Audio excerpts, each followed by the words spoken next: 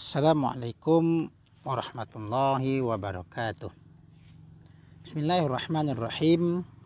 Alhamdulillahi rabbil alamin wa bihi nasta'in wa ala umurid dunya waddin.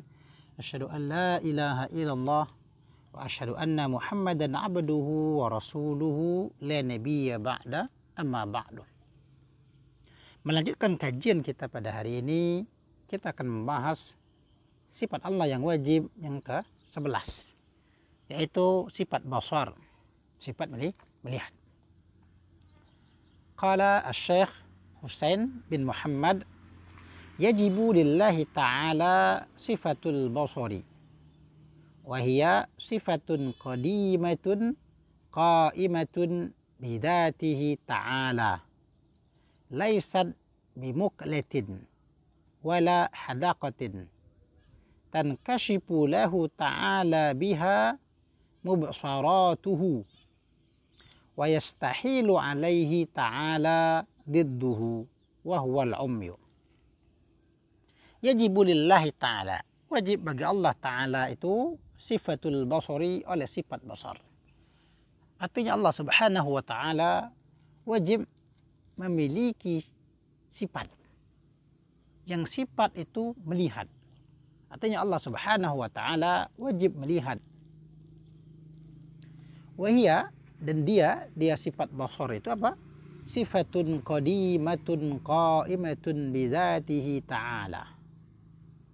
Sifat basar adalah satu sifat qadimah, sifat yang qadimah. Sifat yang qadimah itu maksudnya sifat yang terdahulu. Allah qadim, Allah qadim, maka sifat melihat Allah itu pun juga qadim. Sebagaimana Allah terdahulu, maka sifat melihatnya Allah subhanahu wa ta'ala sudah qadim bersama Allah subhanahu wa ta'ala. Bukan sifat yang baru datang. Makhluk sebagiannya memiliki sifat melihat. Namun sifat melihat yang ada pada makhluk tidak qadimah. Karena makhluk melihat baru. Sedangkan Allah, melihatnya Allah subhanahu wa ta'ala itu qadimah. Kemudian apa? Qa'imatun. Qa'imah, berdiri, sifat melihat itu bidzatihi ta'ala, dengan zatnya Allah ta'ala. Sama halnya dengan qadimahnya sifat melihat. Maka sifat melihat juga qadimah, berdiri sendiri. Berbeda dengan makhluk, karena makhluk dalam melihat membutuhkan yang lain. Makhluk dalam melihat membutuhkan indera, membutuhkan mata, atau alat yang semisal dengan mata. Sedangkan Allah qa'imatun bidzatihi, laisat bimuklatin wala hadaqatin. Sifat melihatnya Allah Ta'ala itu laisat, tidak, bimuklatin, dengan muklah, dengan penglihatan, dengan melihat dengan biji mata. Kalau makhluk melihat dengan biji mata,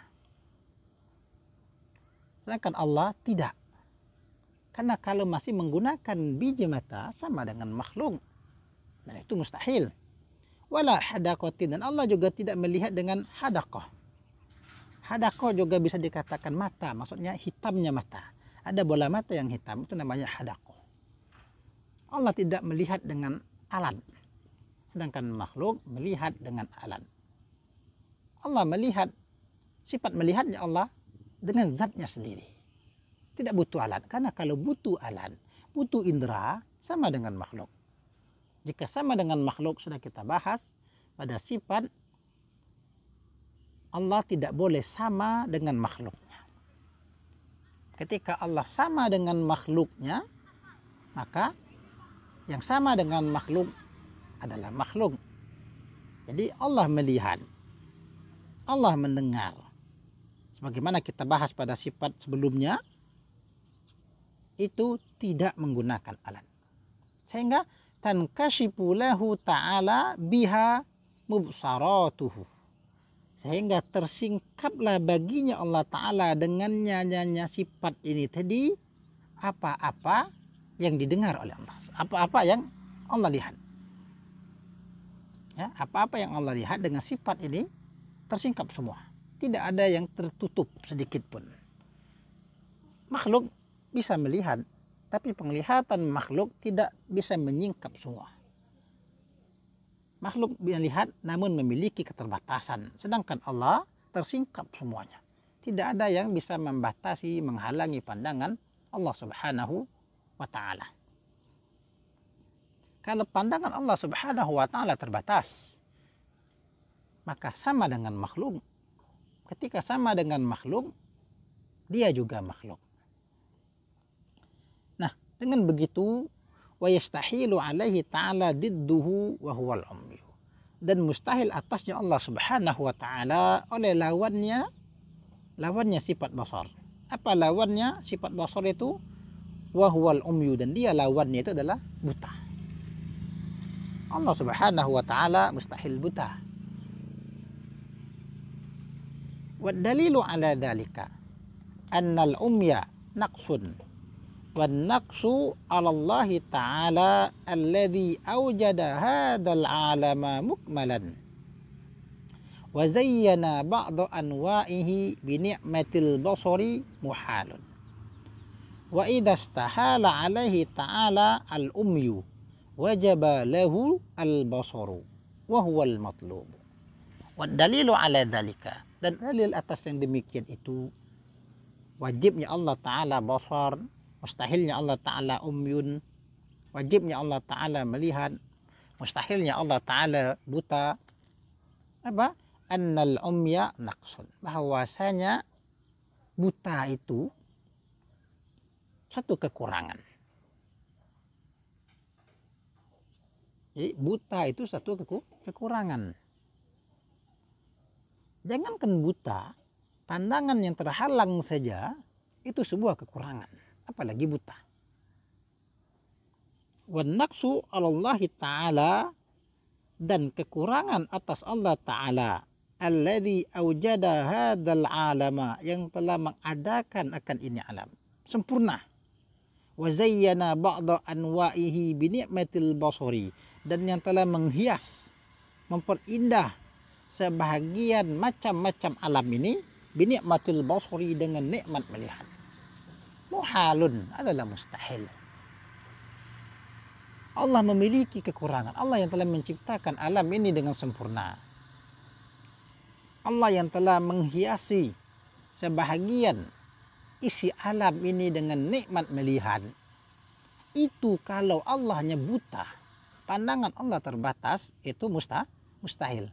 Karena Allah lah yang menciptakan begitu bagus, begitu sempurna. Pandangan manusia, pandangan para hewan, mustahil penciptanya memiliki kekurangan. Karena kalau memiliki kekurangan sama dengan makhluk ciptaannya, itu adalah mustahil jika Allah sama dengan makhluk.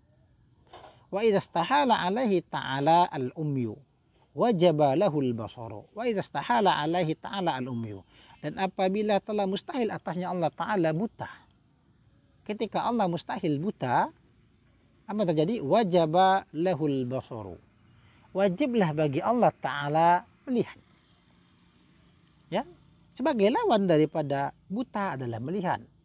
Ketika Allah wajib melihat, mustahil dia buta. Ketika Allah mustahil buta, maka wajib bagi Allah itu melihat. Wa huwal matlubu, dan inilah yang dituntut dalam kajian kita ini. Wallahu subhanahu wa ta'ala a'lam.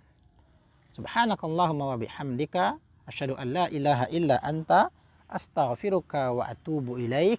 Assalamualaikum warahmatullahi wabarakatuh.